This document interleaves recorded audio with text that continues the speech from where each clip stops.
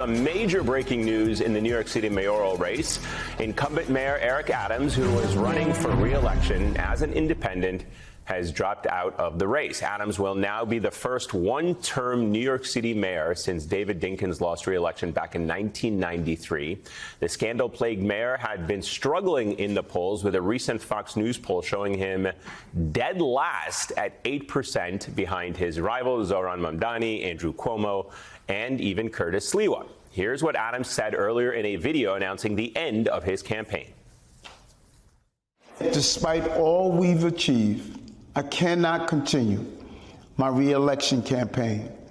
The constant media speculation about my future and the campaign finance board's decision to withhold millions of dollars have undermined my ability to raise the funds needed for a serious campaign.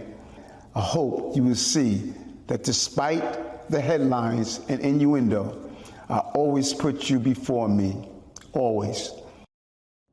And joining us exclusively for his first live sit-down interview since the shakeup in the race, Zohran Mamdani, the Democratic nominee in the New York City mayoral race. Great to have you back here on the set. We got to say that we weren't expecting to have you here, so we really appreciate you making time because of the news. I'll start broadly by getting your reaction to the fact that Eric Adams, who was polling fourth, has dropped out, and what this means for the race going forward. Look, Donald Trump and his billionaire donors may be able to determine the actions of Eric Adams and Andrew Cuomo, but they will not dictate the results of this election.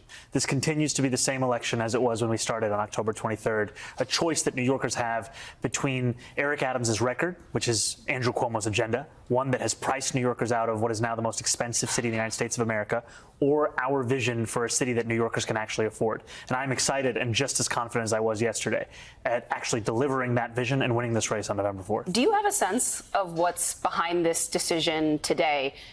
We've all heard that Curtis Sliwa, the Republican, claims that he's been offered large sums of money from powerful people to get out of the way. Do you think that's what's happened here? No, I think we have to put this in a larger context, where after we beat Andrew Cuomo by 13 points in the Democratic primary, he called Donald Trump to ask what they could do together to defeat our campaign in the general election. And Donald Trump has spoken time and again about how he wants to narrow this race, how he wants to use every tool at his disposal to try and stop this campaign for affordability. And we're seeing, amidst all of that, here yet again, the moment where he is shaping this race, but we're going to show him that New Yorkers are tired of his politics and they're tired of being priced out of the city. Eric Adams had a warning for New Yorkers in his parting message, and I want to play that and have you respond on the other side. I must also sound a warning. Extremism is growing in our politics. Our children are being radicalized to hate our city and our country. Major change is welcome and necessary, but beware of those who claim the answer to destroy the very system we built together over generations. That is not change, that is chaos. What do you make of that message? Do you feel that that's directed towards you and is not so veiled swipe at your Muslim heritage, but also your positions, some of your policy positions? What's your response to that? Well, I think that the only thing I truly find to be extreme is Eric Adams' record. This is a man who's raised the rent on more than 2 million New Yorkers by 12%, a man who slowed down already the slowest buses in the country, one who priced New Yorkers out of childcare that cost them about $25,000 a year. That's what's extreme. That's what's radical. And our vision to deliver affordability, it's common sense, and we're seeing that it's popular across the 5 boroughs. And what I actually think of more in Eric Adams' parting words are the ones that he gave us a few weeks ago, where he assembled a number of cameras and spoke to them directly, that Andrew Cuomo is a liar and a snake. And I think that New Yorkers are tired of that kind of politics. They're tired of considering the architect of this affordability crisis and Andrew Cuomo as being the next mayor of the city. They want a new direction. You talked about how the billionaires in this city were very clear about they wanted to consolidate this race, to have it between you and Andrew Cuomo. Does that crystallization, you think, breathe life into the campaign of Andrew Cuomo? He welcomed Eric Adams dropping out, and there's a lot of questions as to whether or not he will now get an cash injection of money from donors, the Bill Ackmans of the world, who wanted to see Eric Adams out and then a consolidation of resources behind Cuomo. Do you think that will do anything whatsoever in this race for Cuomo?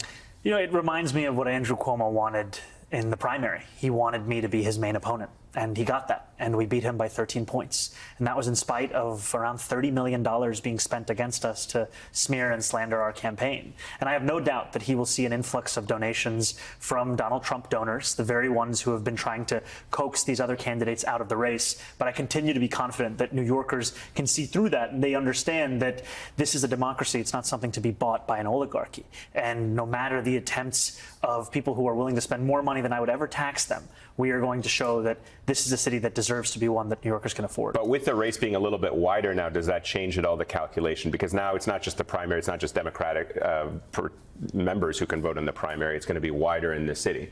Well, you know, the affordability crisis impacts New Yorkers regardless of their politics. Right. I've met Republicans, I've met unaffiliated voters, I've met voters who are registering to vote now for the first time, and they tell me the same issues that Democrats spoke to me about: their rent, their child care, public transit, the fact they just can't afford this city.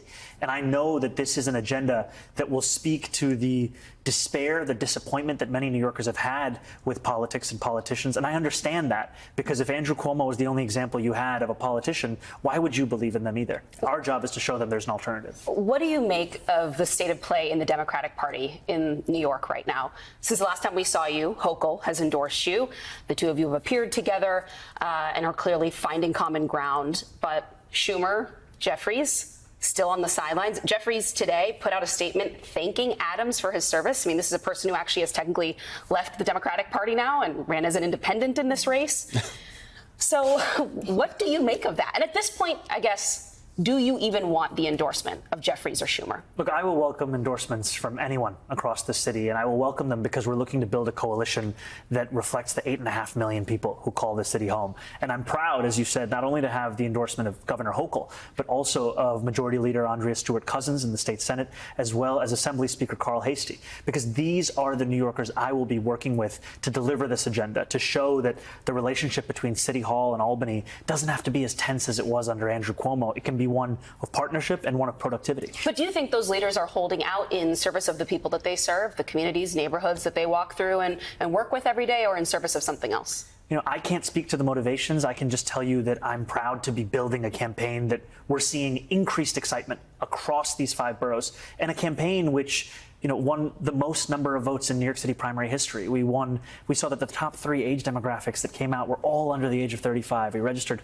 30,000 people in the last 10 days. That's the excitement we're seeing, which is necessary because we can't protect democracy if people lose faith in its ability to actually deliver on the material needs of working people. So now this is a new phase of the campaign, though. You're in a head-to-head now with Andrew Cuomo, with whom, you know, there's no love loss among many New Yorkers that I talk to. Don't forget Curtis Sliwa. Yeah. Well, who I respect because he takes care of animals well. But that said, so back to the race, though.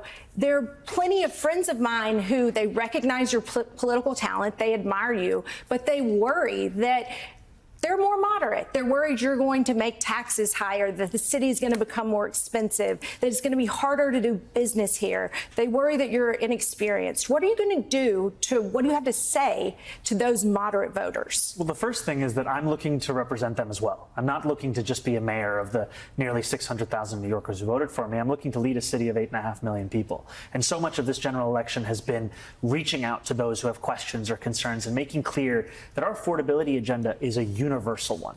It's one that understands that tenants are facing rent hikes that are pushing them out of the city, and homeowners are facing a water bill the highest it's been in 13 years, a broken property tax system, the necessity of having an application of these ideals for every New Yorker. And I know that for so many New Yorkers, small business is where they find their employment. And I've spoken to many small business owners who've told me that one of the most difficult things about operating a business in the city is how Byzantine the city's bureaucracy is to navigate. Mm-hmm. And that's why we've committed to cutting fines and fees by 50% and to looking at all the regulations we have as someone who believes in regulation to ensure that these still have a resonance and an actual reason to exist today. Because some of them, when you ask a barbershop owner how many forms he had to fill out, he tells you 24 forms, 7 agencies, 12 in-person events. How is that stimulating the kind of growth we need in this city?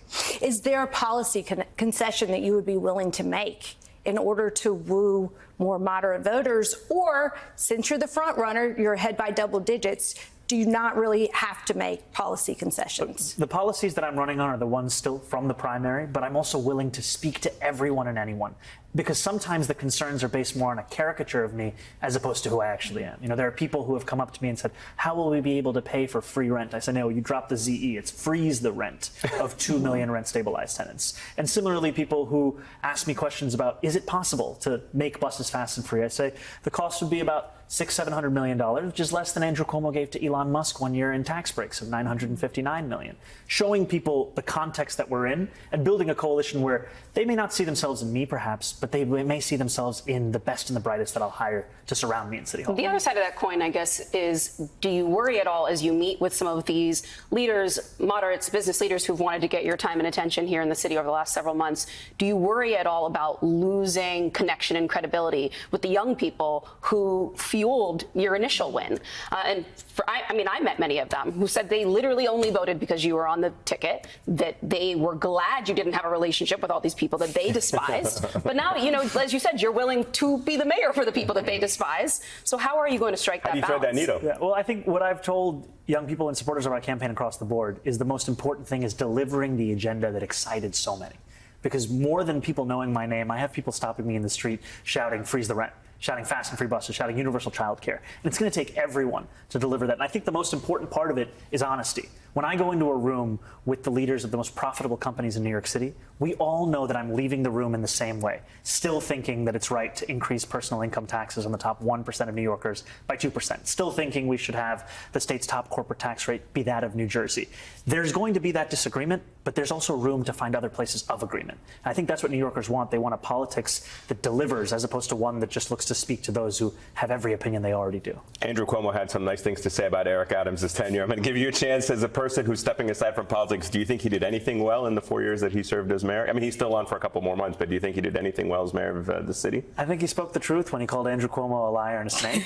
I also think that his steps towards the containerization of trash are ones that are welcome in this city. And I think that City of Yes was something that was good and something should be built on. All right. I think also you may be the first person on the show to use the word Byzantine. So we'll give you Right. That's pretty, okay. We'll give you that. Zoran Mamdani, thank you very Thank you, much. Thank you. Mr. Mamdani, welcome to the show. It's such a pleasure to be here, Ellie. I'm sorry that it's not in person, but I look forward to that being the next time. Well, it's a busy day, as we know, in New York, not just for you because it's the last day of voting, but it is the New York City Marathon, which you were running in last year. It's always an exciting day for us. It's one of the things when you look at the marathon, when you're up on the Upper West Side and you see all the runners closing in, what you realize is although the world is running in this marathon, it's a real snapshot into how diverse this city is. And the topic of diversity has come up a few times in the past week. Your opponent, Andrew Cuomo, was on this network yesterday morning with my colleagues on the weekend, and he said, quote, "Our diversity is our strength, but it can also be a weakness." Last Wednesday on a podcast, Vice President J.D. Vance said that it's totally reasonable and acceptable for Americans to want to live next to people with whom they have a commonality, like people who speak the same language as them. You come from one of the most diverse parts of New York City. What's your take on this? Well, I think first, when Andrew Cuomo said that diversity is a weakness, he also then misidentified which black host he was speaking to on this very network. And we're seeing not only is he Donald Trump's puppet, but he's starting to also become Donald Trump's parrot, because we're hearing the very same kind of language of hate and division coming from him in his final acts in public life, out of a desperation and an understanding that the only thing that he's actually cared about all these years, power, is actually slipping away from him. And to hear this from the vice president, it just completely reveals what the Republican Party has to offer Americans in this time. The issue is not what language Americans are speaking at the dinner table, it's that they can't afford to put food on it. And I'm proud to be running a campaign that recognizes the belonging of each and every New Yorker, no matter where they were born or when they got here, and is looking to make the most expensive city in the United States of America affordable for all. Speaking about language, on Vance's comments about stirring up concerns about people who don't speak the same language, this is not a fear that you have. I was not clear on how many languages you seem to be able to speak, but you've made some campaign videos in a few different languages. I just want to have my viewers listen to a couple of them. Hola, Nueva York. Ya pueden salir a votar y estoy pidiendo su apoyo. Por favor, busque su lugar de votación más cercano y voten por mí para ser su próximo alcalde. مرحبا، أنا اسمي زهران ممداني وعم رشح حالي ليكون العمدة الجديد في مدينة نيويورك. بعرف شو عم تفكروا، شكلي كأني صهركم من الشام، بس العربي تبعي بده شوية شغل. All right, I'm taking off Spanish and Arabic there. What else do you speak? And again, in a world where people are sort of saying diversity is our problem and you're too diverse and you're a Muslim and this and that, you're fully leaning into this on your social media, that not only do you like diversity, but you practice it. Yeah, and I think it's what it means to be a New Yorker. Look, I speak English and I speak Hindi, but as you can see, I will try very hard to learn enough of a language to make a video. And there's a reason some of those videos start in the daytime and end in the night, and there's a reason some of those cuts are very, very quick. It's because it takes quite a bit of work. What's the point? What's the point to New Yorkers? You're not hiding who you are or the fact that you love the diversity of this city and this country. Yeah, I think the point is understanding what makes New York City such a special place. This is a city of the world. I am representing Queens right now in the state legislature, and it's called the world's borough. And part of that, as you said, is a reflection of the fact that it's one of the most diverse counties in the entire country. And for so long, when people have run for office, they have gone to political consultants and asked them which voters they should focus on. And we wanted to reject that assessment that there was a set of New Yorkers you could leave out on the basis of their voting propensity or on the basis of the languages that they speak. And we wanted to make sure that we brought our political case to each and every person that called the city home. And what we're finding is that when you treat New Yorkers, no matter how often they voted or whether they voted at all, with the respect and dignity that they deserve, they will respond in kind, whether that is speaking about young people, whether that's speaking about immigrant voters, whomever the Andrew Cuomos of the world like to overlook. Those are the very New Yorkers who can also be at the heart of our democratic process. I had Brad Lander on the show yesterday. You and Brad Lander cross-endorsed each other, and he's out there as a surrogate for you. Let's talk about the continued allegations of anti-Semitism against you. What do you say to a Jewish New York voter who's watching this right now, who has heard through social media or various articles or ads that you're anti-Semitic? I think first what I would say is that there's no room for anti-Semitism in the city, and it's a scourge that I would root out of the 5 boroughs as someone who will be leading the entirety of the city. And I lead this city not just to lead Jewish New Yorkers who vote for me, but frankly any Jewish New Yorker and any New Yorker who calls the city home.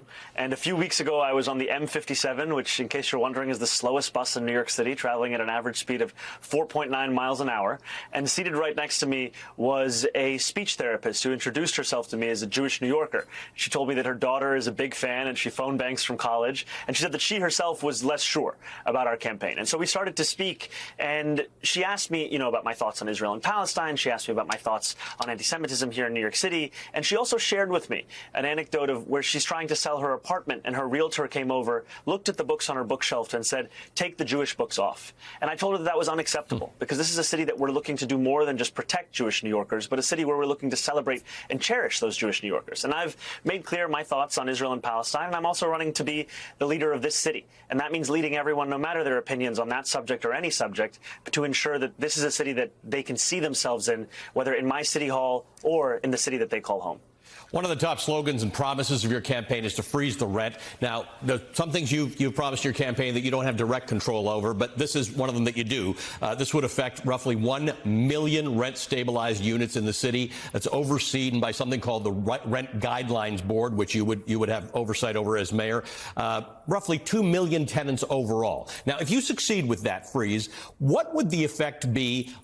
Obviously, we know what they'd be on those 2 million tenants, those 1.1 million properties. What would it be on everybody else? Because there are a lot of people who are not in rent-stabilized places in New York who still pay 40, 50, 60% of their income on housing. This would be one part of a larger housing agenda, which in its totality speaks to all 8.5 million people who call the city home. And for the about half of all tenants who live in market rate units, as you're describing, facing these skyrocketing rents, we would also be building 200,000 new affordable homes over the next 10 years from the public sector, and also making it easier for the private sector to build more housing. Because one of the key parts of the housing crisis that we're facing in New York City is that of a crisis of supply, a crisis of production. And we have to make that that crisis come to an end by learning the lessons we've seen in Jersey City, where for every 1,000 people, they're building 7 homes. Here in New York City, we're struggling for 4, while Tokyo is already at 10. And this is an example of how, for a long time, politicians have taken a language of New York exceptionalism to justify mediocrity in the city. And it's time to actually deliver excellence and efficiency at the heart of a public sector that we care deeply about. We're talking about your social media reach, the fact that you do a lot of social media, you get out there, you've got a particularly young audience, the type of audience who may not be watching us right now.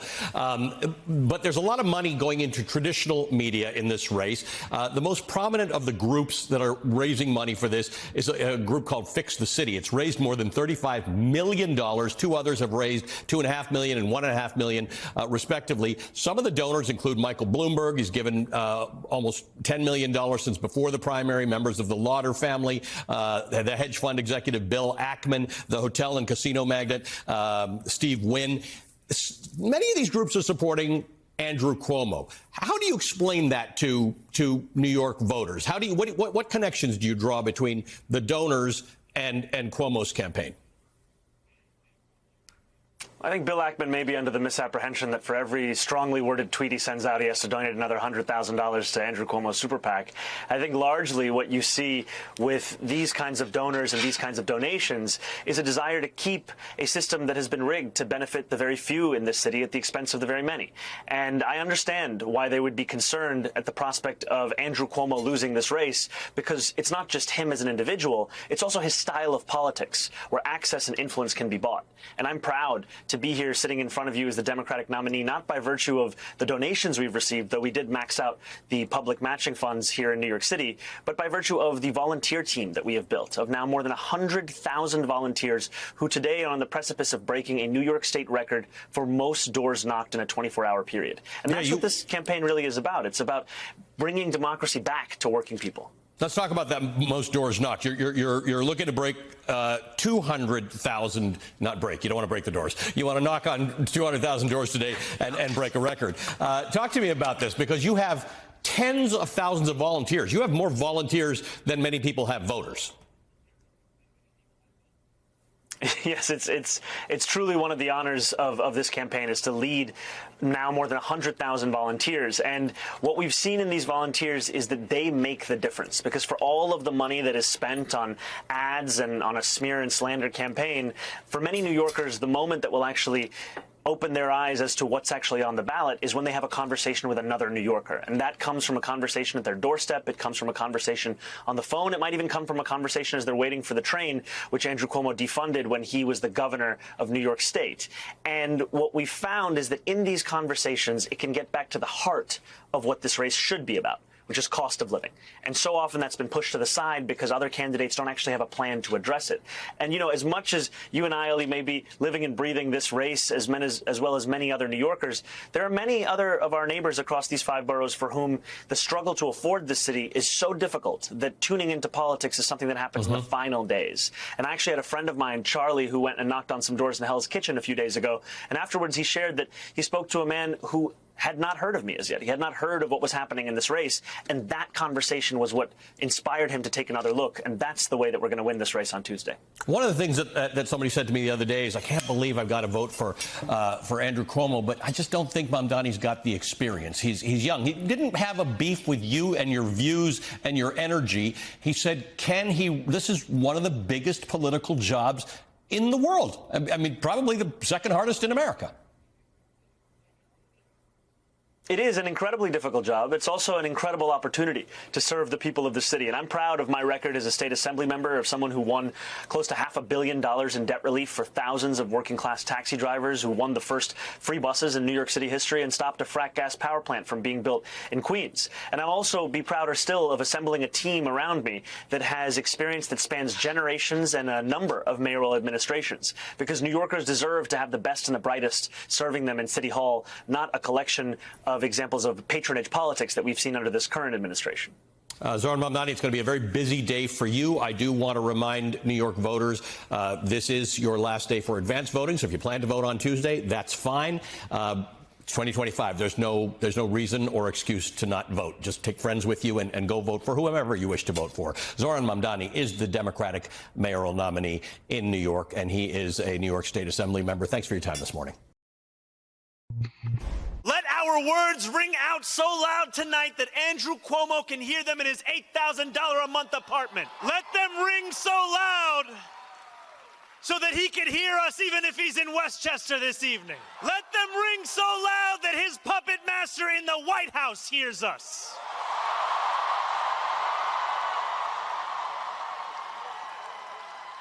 New York is not for sale. That was from Sunday's boisterous rally in Queens for Zohran Mamdani, the Democratic nominee for mayor in New York City. The 13,000-seat venue was nearly filled with supporters. It featured progressive stars Senator Bernie Sanders, Congresswoman Alexandria Ocasio-Cortez. And we are now exactly 1 week away from Election Day across the country. We've got big races in New York City, along with 2 other major elections for governor in New Jersey and Virginia. MSNBC will have special election coverage beginning at 7 p.m. next Tuesday. I'll be there with Rachel and the whole team, so tune in for that.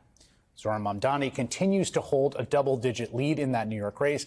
But in these final weeks, it has become a more hard-fought contest between Mamdani and his rivals, the former governor, Andrew Cuomo, and Republican Curtis Sliwa. Andrew Cuomo will spend much of tonight attacking me.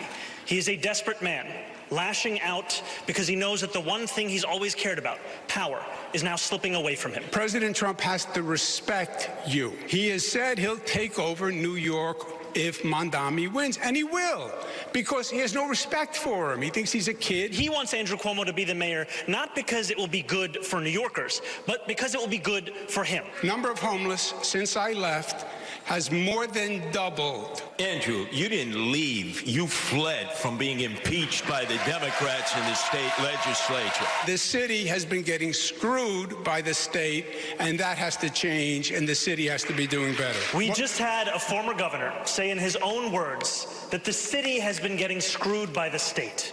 Who was leading the state? It was you. Joining us now is Zohran Mamdani, Democratic nominee in the New York City mayoral election, state assembly member here in New York. Good to have you back. Great to be back. Thank you. Andrew Cuomo has said that if he loses the race, he's going to move to Florida because things will go so far south in the city. If you lose the race, where are you moving? I'm staying right where I am because I'm a New Yorker, and it's not contingent on winning or losing an election. You've got a very, very big set of billionaires spending a lot of money right now in a super PAC. We should explain to people that New York has public financing. It seems to me like it's actually been a key part of the success of your campaign. Would you agree? Absolutely. I mean, what New York's public financing does is it provides an 8-to-1 match for New Yorkers' donations from whether $10 to $250. It's what allowed us to build a campaign focused on working people because we didn't have to call those who were benefiting from the crisis affecting those working people. And in fact, at a certain point, you had enough donor. I mean, you were cutting ads saying like no more donations, Please which stop. I've never seen a candidate do. But because Citizens United is still the law of the land, right? It can't regulate that speech because that's the Supreme Court says in the Constitution. So you have Michael Bloomberg, who's giving $8.3 million, Joseph Gebbia, $3 million, the Louder family, Bill Ackman, a lot of money, a lot of ads. What is your understanding of why they're spending so much? It's a lot of money. You know, I think Bill Ackman might be under the impression that for every word he tweets, he has to spend that kind of money. And so that might be why we see so much of these donations. But I think what it really comes down to is that a lot of these same billionaires, you know, Ackman, the former co-founder of Airbnb, these are also the same billionaires who funded Donald Trump's campaign and his second term specifically. And what we're seeing is that they see just as good of an investment, not in Washington, D.C., but also here in New York City in electing Donald Trump's puppet, Andrew Cuomo. And they want to ensure that the narrow path that he has is paved with the same money that gave us this authoritarian administration. How much is just material interest, right? Like you say you want to raise taxes on the richest New Yorkers. Why wouldn't the richest New Yorkers spend a lot of money to defeat you, right? Doesn't that make a certain amount of sense? It does, but they're spending more money than I would even tax them. And I think that is in part because of a sense ideological belief, commitment. Yeah, I mean, I'm serious. It is, but I also think it's a sense that politics shouldn't actually be decided by the people of the city. There's a restlessness amongst those like Bill Ackman that there could be a movement that repudiates the very kind of politics that he's funded, and that is a politics that doesn't provide him with the access that he has become all too familiar with across this country. Donald Trump was invoked a lot on that debate, and obviously sort of looms over all this, particularly because when I had you here where you talked a little bit about the sort of targeting cities with these kind of enforcement surges and calling the National Guard. I want to play you something he said today in Japan in front of American service members, where he said he's going to do more than the National Guard. He's going to send actual troops into cities. Take a listen. We have cities that are troubled. We can't have cities that are troubled. And we're sending in our National Guard. And if we need more than the National Guard, we'll send more than the National Guard, because we're going to have safe cities. We're not going to have people killed in our cities. And whether people like that or not, that's what we're doing. And, people don't care. If we send in our military, if we send in our National Guard, if we send in Space Command, they don't care who the hell it is. They just want to be safe. I don't think New Yorkers react very well to Space Command showing up in New York. Do you take this as a serious threat to plan for and deal with? Yes, we have to treat every one of these threats from Donald Trump as something that we should prepare for, because we know that we cannot count on him trying to adhere to a rule of law or a set of norms. He will do whatever it is that he wants to. We have to show that we will stand up for New Yorkers every single step of the way. And everything that you just heard with a justification of safety, it has nothing to do with safety. It has everything to do with intimidation. If it was safety, the National Guard would be being sent to the 8 out of 10 states that have the highest crime rates, but it's not, because those are actually Republican-led. What this is about is trying to terrorize people across this country into understanding that authoritarianism is the only way forward. You talk about safety a lot. I got a mailer at my door the other day. It's talked about a safer city for you and your family. The crime rate in this city has dropped considerably in the aftermath of COVID and under Mayor Adams, including the most serious and violent crimes, assault, homicide chiefly. What is your theory and understanding of why that's happened? I think part of this is a part of larger national trends, and I think that we've seen crime spiking, especially in the peak of the pandemic. And also, I appreciate the leadership of Police Commissioner Jessica Tisch, who came into an NYPD that Eric Adams had stacked with corruption and incompetence, started to root that out, deliver accountability, and reduce crime across the 5 boroughs. And my vision is to build upon that under my administration, in tandem with creating a Department of Community Safety.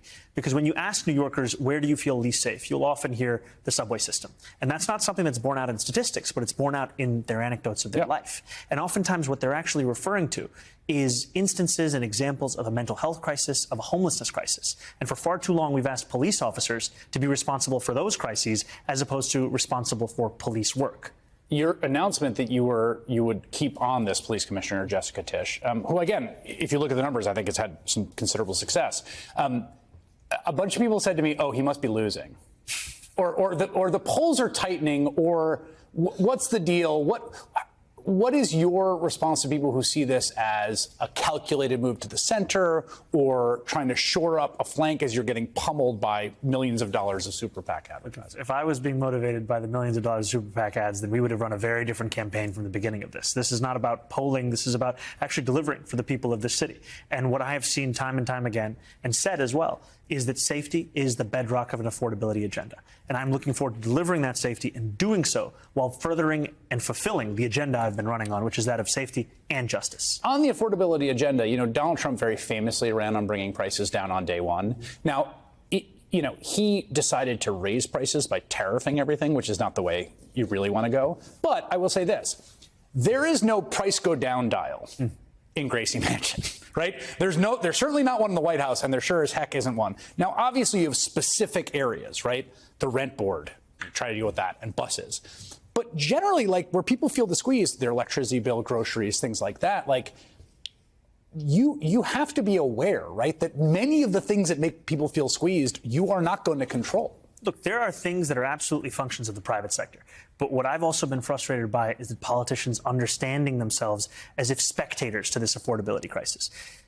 2.5 million New Yorkers in this city live in rent-stabilized housing. The city determines if their rent increases every year or not. That is no small thing.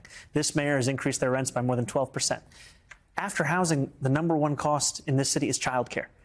The previous mayoral administration delivered universal pre-K. That took an immense burden off of the backs of working-class families. We're going to deliver universal childcare, which would take off $22,500 a year on average from the backs of these parents. And finally, buses.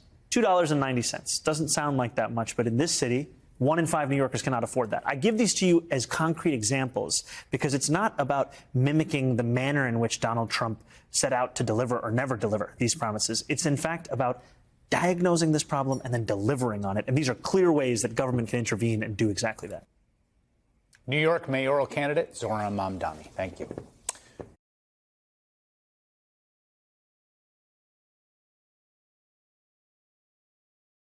We are a little over a week away from New York City's mayoral election, and Democratic nominee Zohran Mamdani continues to lead in every single poll. With victory almost assured, it has prompted Islamophobic attacks against the Muslim candidate. And it is not just Republicans, to be clear. It's also coming from New York City Mayor Eric Adams and former New York Governor Andrew Cuomo. Here's what Mamdani said in response to these attacks. We stand on the precipice of an election, but that is not what today is about. We know that in less than 2 weeks, we will say goodbye to a disgraced former governor and our current indicted mayor. The bigger question is whether we are willing to say goodbye to something much larger than either of these two men. It is whether we are willing to say goodbye to anti-Muslim sentiment that has grown so endemic in our city that when we hear it, we know not whether the words were spoken by a Republican or a Democrat. I spoke to Zohran Mamdani earlier today for an exclusive interview about these Islamophobic attacks. Here's what he had to say. You know, for someone who's been following this race very closely and has seen the level of attacks that have been leveled against you, you know, at some point they called you Marxist, they've called you socialist, they've called you communist, they've made fun of the way you eat with your hands, make fun when you eat with forks and knives. They've called you privileged. But it seems like over the last couple of weeks, and there have been a lot of Islamophobic attacks, but in the last couple of weeks, there's been a surge of Islamophobic rhetoric against you. And it's not new, but I'm wondering why you decided to address it now. Why did you decide to speak out against it so forcefully now? You know, when I took a step back and listened to what was being said, outside of a question of electoral politics, outside of the question of the election, but just to the fact that major candidate for mayor in the Republican Party is slandering me as the first Muslim candidate on the verge of becoming the mayor of the city, as someone who supported global jihad. When I listened to a former governor and Andrew Cuomo laugh and agree when a radio show host said that I would cheer another 9/11, when I listened to the current mayor of this city explaining his decision to endorse Andrew Cuomo as a decision to ensure that New York City does not become Europe, that we do not leave it to violent extremists who burn churches in Nigeria.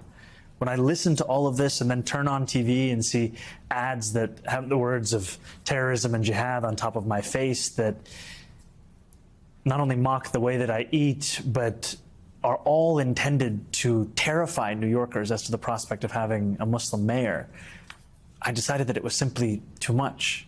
It was too much to think of these as the acts of desperate men looking to salvage the little power that they still had. It was, in fact, a reflection of Islamophobia within our political system that has become so endemic that when we hear it, we do not know from which party it comes. We just know that it is a fact of life in our city's politics. You addressed this yesterday in the speech that you gave at the Islamic Cultural Center, and I want to just quote a part of it. You said, to be Muslim in New York is to expect indignity, but indignity does not make us distinct. There are many New Yorkers who face it. It is the tolerance of that indignity that does. To go back to your first point, how has that indignity been normalized in America by the politicians, by the media, and by the way that you're seeing it now? You just look at what is tolerated. It's not a question of what is said, it's what is tolerated.